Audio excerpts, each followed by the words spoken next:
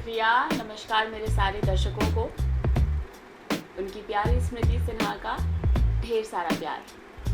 मैं मुंबई पढ़ाई करने आई थी, मैं एक्टिंग करने तो आई ही नहीं थी। और मेरे जो आप मेंटोर कह लीजिए या एक गुरु कह लीजिए, और आज के डेट में जो मेरे लाइफ के सबसे इम्पोर्टेंट पर्सन हैं, प्रणव वत्स, उनकी वो पारखी नज़र थी जिन्होंने ये एक स्पार्क मेरे अंदर देखा कि आई कैन एक्ट। और उन्होंने मुझे इस बात का एहसास इस बात का कराया कि आप एक्टिंग भी कर सकती हैं, and you have that in you. उनके कहने पे ही मैंने रंगीला बाबू की, उन्होंने मुझे कहा कि नहीं यार, यहाँ पर लोग 10-10 साल तक स्ट्रगल करते रह जाते हैं, उनको एक मौका नहीं मिलता है, और आपको बिना स्ट्रगल किए अगर एक मौका मिल रहा है then why not।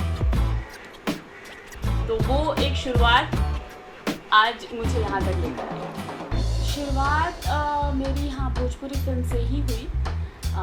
रंगीला बाबू मेरी पहली फिल्म है जिसमें मैं डायरेक्टर बाली जी के ऑपोजिट थी। वो उस फिल्म के डायरेक्टर भी थे और हीरो भी थे।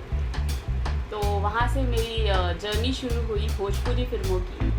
फिर एक एक करके फिल्में करती गई, बट जो मेरा एक सेकंड जन्म भोजपुरी इंडस्ट्री में हुआ वो हुआ थ्रू साजन चले ससुराल, जो कि खेसारी जी की पहली मूवी थी और मेरी 4th मूवी, चौथी मूवी।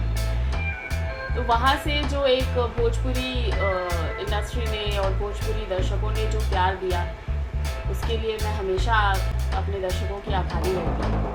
और आज मैं जो कुछ भी हूँ वो सिर्फ़ और सिर्फ मेरे दर्शकों के प्यार की वजह से है। मैं जब भी स्क्रीन पर आई, मैंने जब भी अपनी अदाकारी दिखाई, लोगों ने उसे बहुत पसंद किया, और भगवान का शुक्र है और मेरे दर्शकों का प्यार है जो आज मैं यहाँ हूँ। आने वाली फिल्मों में अभी एक फिल्म है सुहाग, जो पवन जी के साथ है, और उसके भी गाने बहुत अच्छे हैं।